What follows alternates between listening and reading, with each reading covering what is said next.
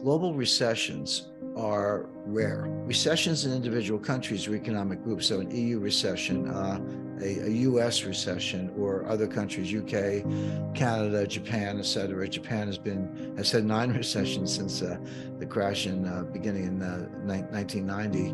Not that rare, although Australia is an exception. I believe 1 recession in the last 27 or 28 years, and it was a mild one, so Australia is sort of the exception. But recessions in individual countries or economic communities like the EU do happen with some frequency, but a global recession is different. It's usually the case that even when a large group is in recession, somebody else is expanding. China in the 1970s used to call the US the locomotive. If Germany was in recession, somehow the US could kind of power through, although the US itself had 3 recessions between 1974 and 1982. But a world recession is rare.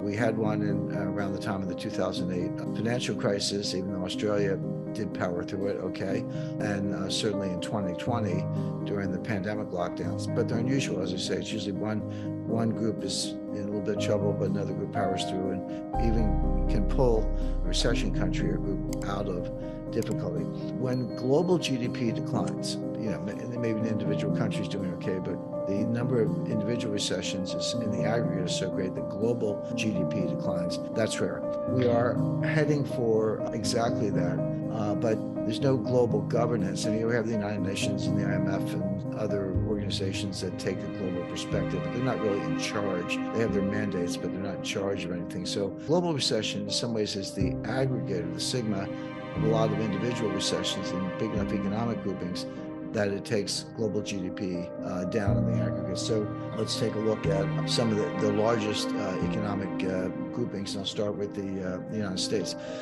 Now, the United States had a mild recession in the first half of 2022. If you blinked, you missed it. First quarter GDP was negative, not a lot, about 1.6%. The second quarter GDP was also negative, about 0.9%. So first half as a whole, we had negative GDP.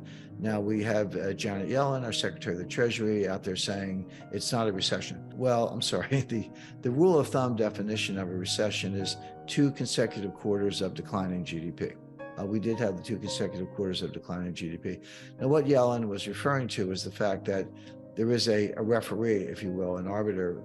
In the US, we call it the National Bureau of Economic Research. And it is true, just to give Yellen a little credit, that there's more to the definition than 2 consecutive quarters of declining GDP. That's a rule of thumb, but they look at unemployment, they look at retail sales and consumer behavior and interest rates and a few other factors. And is it possible that at the end of the day, they'll decide it was not a recession? It's possible. They also take their time. So here we are in the fourth quarter of 2022, and they have not made any determination one way or the other on what happened in the first and second quarters, and they may not. There have been a number of cases where we had a recession, it started, it ended, and 8 months or longer after it ended, they said, oh, a recession started, way back when. Well, thank you. We already lived through it. We know that. So when Yellen says it's not a recession, it's political. That was a good talking point before our midterm elections on November 9th. But the fact remains, there were 2 consecutive quarters of declining GDP. So call that a recession. Having said that, it was mild. And third quarter GDP bounced back. It was about 2.6%. So not an earth-shattering number, but it was, up is up, and fourth quarter not over yet. We'll see how that goes. Some of the indications show that it'll be positive, but they tend to fade towards the end of the quarter. And if I'm right about it, going into another recession, whether you want to call that a double dip, or maybe at the end of the day, they'll say it was one big recession starting in January with an up quarter and then down from there. But we'll see. What I'm talking about is a much more severe recession,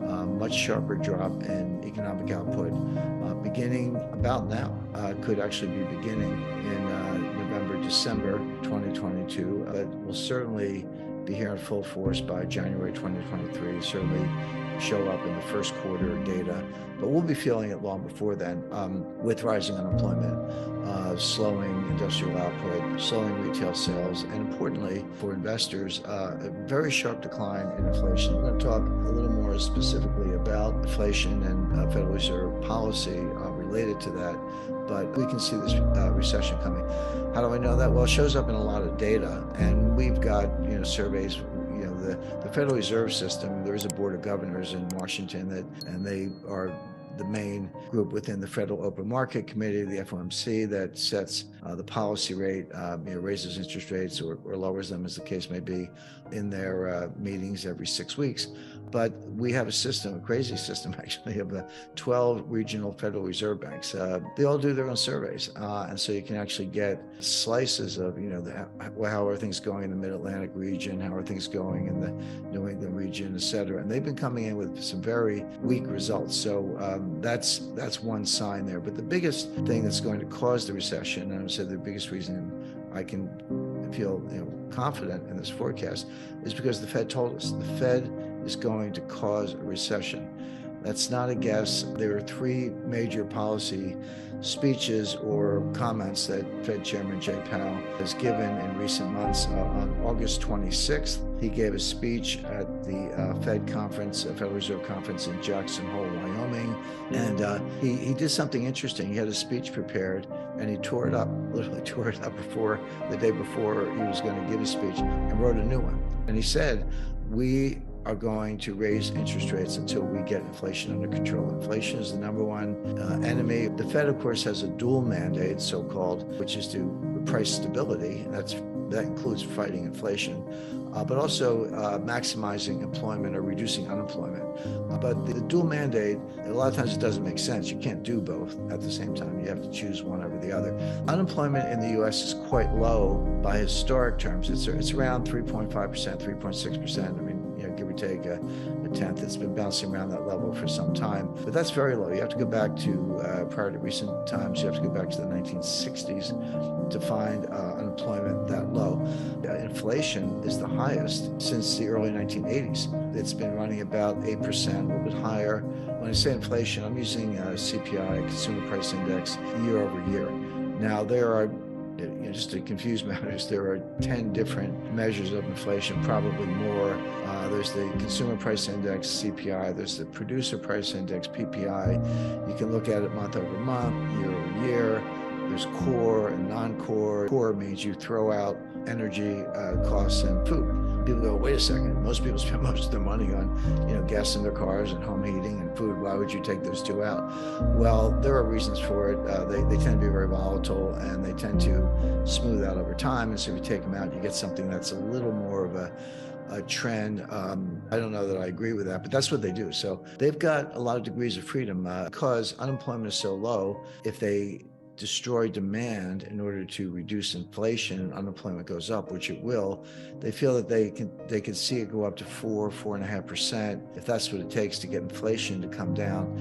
Right now it's about an 8% level. Recent numbers were closer to 7, but their target is 2. And when I say target, they use PCE, Personal Consumption Expenditure Index, core, meaning throw out food and energy, year over year. So that's what the Fed uses. And their target using PCE core year over year is 2%. That's their target inflation level. 2% sounds mild, except that it cuts the value of the dollar in half in 35 years, half again in 70 years. So in an average lifetime, your dollar loses 75% of its purchasing power at 2%.